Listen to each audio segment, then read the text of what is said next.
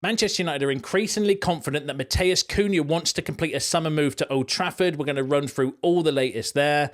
Ruben Amorim sees Victor Osimhen as the perfect player to solve United's goal-scoring problems with rumours of a cut-price deal. Diogo Costa is open to joining United, and a shock asking price for Antony and Højlund. This is all your latest Manchester United news and transfer news. My name's Jamie. Welcome to the channel. Before we get into it, smash a like on the video. Let's jump straight into it. So let's kick off. Let's go through all the latest regarding Matheus Cunha. He's obviously the talk of the town at the moment with the news breaking, last night, stroke this morning regarding United's interest, the willingness to get a deal done, inching closer, and all of the kind of stories that I brought you in my last video that you could have watched it this morning. You might be watching it now.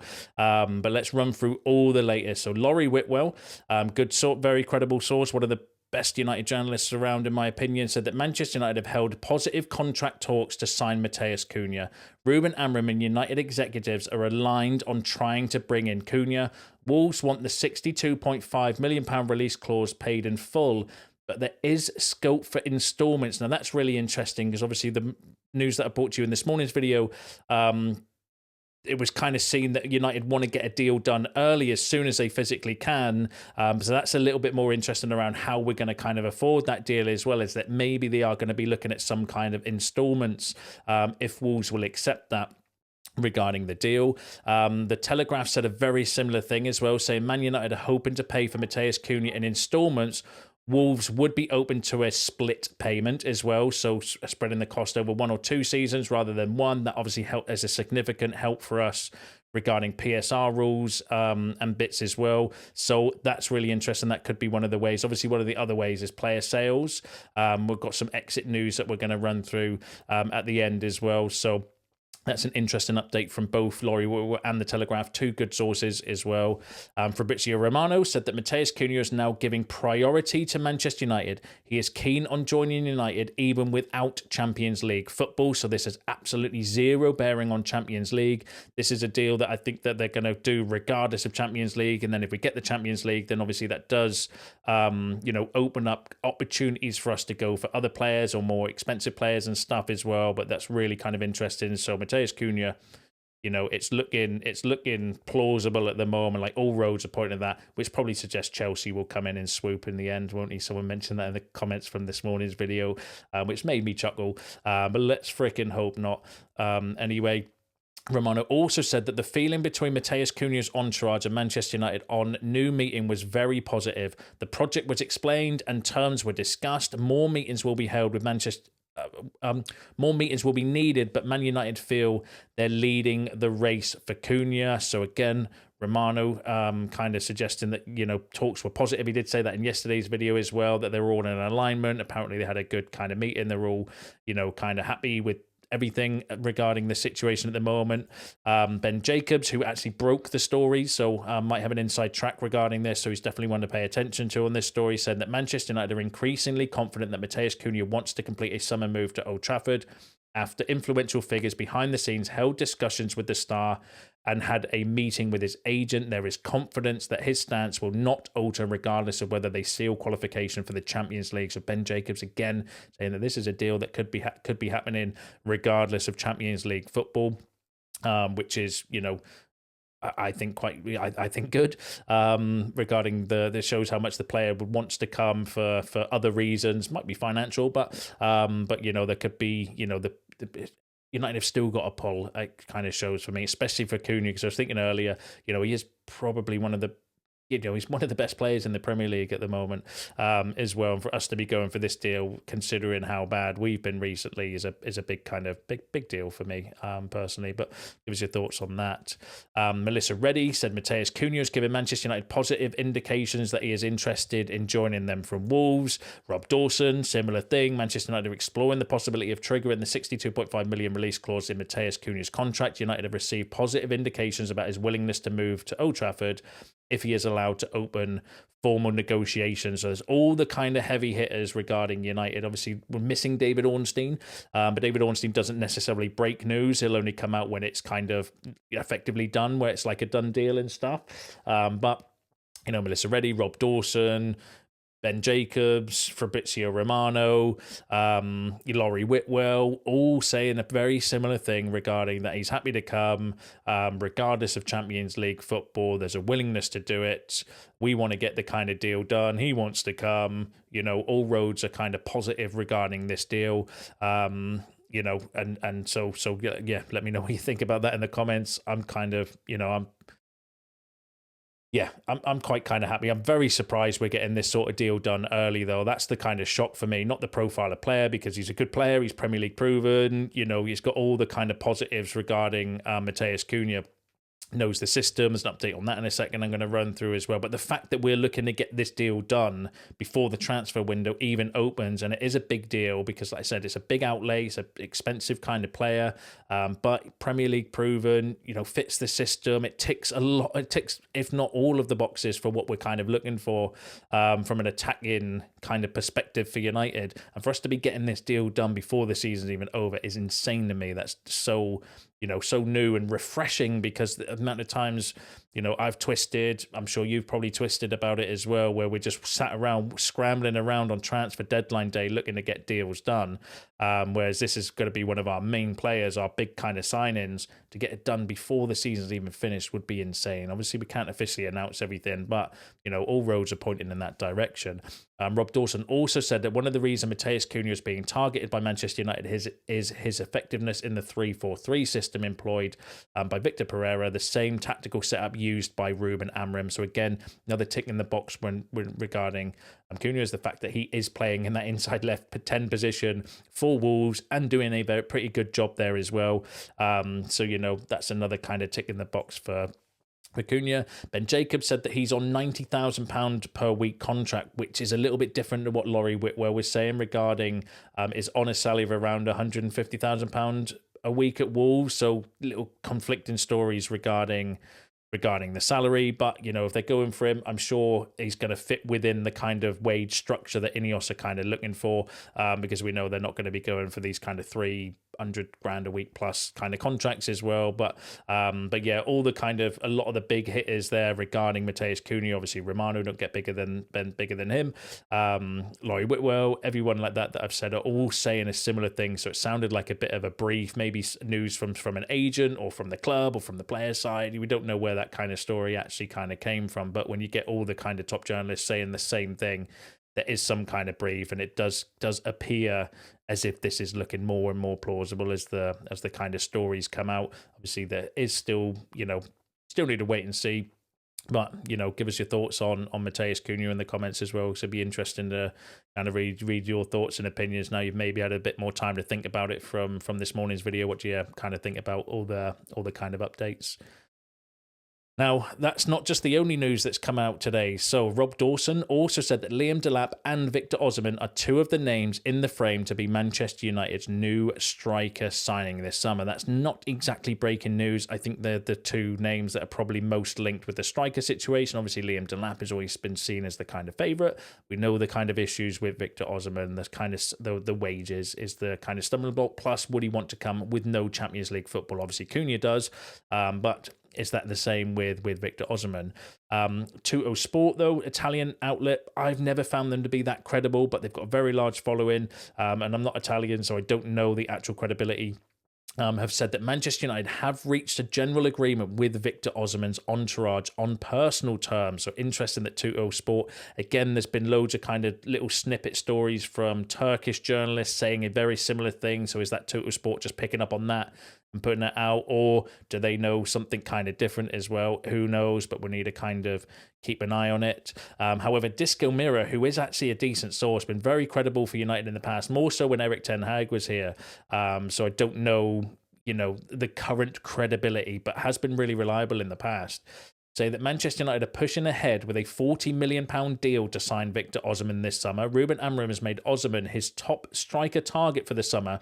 Amorim favours Osimhen over Delap, and then he also said in his report that Ruben Amorim sees Victor Osimhen as the perfect player to solve Manchester United's goal-scoring problems. I mean, I would agree with that, to get somebody like that. But how, what do we think about the Osimhen news? Give us your thoughts in the kind of comments. I'm conflicted on this because it's the salary. The salary is the kind of issue, I think, with Osimhen. Plus, are we lining up this deal, though? I always think to what the Muppeteers were saying before, that now we've obviously progressed a little bit further in the Europa League. United might start looking at deals that could be possible dependent on Champions League. So, i.e., okay, well, we're a step closer to maybe Champions League next season, so let's start kind of ramping up the talks with Osimhen, or with Xavi Simons, or these sort of players that's always been reported that we would get, but only are dependent on Champions League. And whether that's kind of linked with this now as well, where we are actually starting to ramp up talks with Victor Osimhen, where we're starting to look at kind of contracts, what can be done, negotiating, and all of that kind of stuff, so that if in the chance that we do get Champions League, we're ready to pull the trigger and get that deal done. Or obviously, if we don't, do we then switch back to Delap? But the Delap one might depend on what Chelsea want to do as well, because they're interested, obviously, in Delap as well. So there's a lot of moving parts as well. But there's no smoke without fire when it comes to Osimhen. It's a story that's not going away. I've been joking in previous videos saying it's the daily Osimhen update, because it is daily at the moment. There's stories coming out regarding Osimhen to United. We can debate the credibility, and I do share my opinions on that as well, which I hope you kind of appreciate. But Discamura is actually a fairly decent source. Not an Ornstein, not a Romano, not a Laurie Whitwell, so I don't want to kind of go that far. But, it's a UK kind of journalist picking up on the kind of stories as well. I don't know how we would do a deal for £40 million, though. That seems a little bit insane to me, but it again depends on how desperate Napoli are to sell him, what the interest is from other clubs. Is there a deal with Garnacho? Obviously, we know we've had reports that Napoli are interested in Højlund as well. Do you know what I mean? So is there some kind of something going on like that behind the scenes? Who knows? We'll have to obviously wait and see. But yeah, it'd be really interesting to hear your thoughts on the whole kind of Osimhen stuff. Do you think it is just media BS? Do you think there's some kind of credibility in it? Do you think it's just, like I said, where we're just exploring different kind of possibilities? I'd be interested to hear your thoughts. So get involved below and tell us what you think regarding Osimhen. Now, another player we've been linked with is Diogo. I can never say that word. My mouth just physically does not. It's Diego. I'm just going to say Diego, and you're going to have to deal with it because I can't pronounce Diogo. But Manchester United are considering Diogo Costa from Porto as their replacement for Andre Onana. Diogo Costa is open to join United, but his price tag will not be cheap for Man United, as he has a €75 million release clause on his contract. Now, that came from Court Offside. Court Offside have got some, good, credible journalists working for them. They've got some lesser kind of credible journalists for them. This unfortunately came from one of their less credible journalists as well. And the belief is, and again, this is just going off the reports, not my opinion, but the reports are, the belief is United don't necessarily have too much money to go into the goalkeeper situation, because they're looking at prioritising other areas of the squad first, and that might depend more on player sales. Or if we do get kind of a lot more than we're expecting for player sales, then maybe that could be plausible, but that's a big outlay. That's a big outlay for a keeper. I don't know whether we would do a deal though and get him obviously less than that as well. But he's a goalkeeper I think would be on the list of potential kind of options. But I'd want to see a bit more credibility personally. But give us your thoughts on that in the comments. Now, as I've just mentioned there, a lot of our summer transfer business, regardless of Champions League or not, is going to depend on player sales. We are going to have to sell to buy. That's PSR rules. We're always going to be in a position where we have to sell to buy. Unfortunately, that's the kind of model of the kind of rules. Everybody's in the same position as well. All teams have to sell to buy now. That's the way PSR kind of works. Us probably more so than others though, because obviously we do have large wages and our wage bill is a lot higher than some clubs as well. But the Mirror were also saying that Manchester United are actively looking to part ways with Marcus Rashford, Antony, Jadon Sancho and Tyrell Malacia in the summer. Manchester United don't want them back in the squad. So what the report was suggesting is that one of the ways we might be able to fund Matheus Cunha is by selling players, and they're the 4 players we're actively looking to sell, which, is fairly obvious considering they're out on loan and they don't really feature in our kind of long-term plans as well, but stands to reason. There was a report actually came from a Dutch outlet, which I don't know the credibility of, so I've not shared it, but apparently where PSV are not intending to trigger their obligation to buy for Tyrell Malacia. So that's one to kind of pay attention to, but I'm waiting for some more kind of credibility regarding that as well. So, but I still think we could get a couple of million for Malacia, just to get him off the kind of wage book and create the space in the squad, because he's clearly, obviously, we've got Harry Amis has come through now. I think he looks good. We've brought Dorgu in. I think he looks good as well. We've got Diego Leon coming through as well. Do you know what I mean? So that kind of left back position. I mean, dare I say Luke Shaw's back at the moment, although I see him more as a left centre back now, not a wing back. I think if he started running up and down the pitch, he would just spontaneously combust. But it stands to reason we're going to be looking to get rid of Malacia. But interesting on Rashford, Fabrizio Romano said if Villa can qualify for the UEFA Champions League, it's going to be easier to sign Marcus Rashford. They're very happy with the player, and Rashford is also very happy with Unai Emery.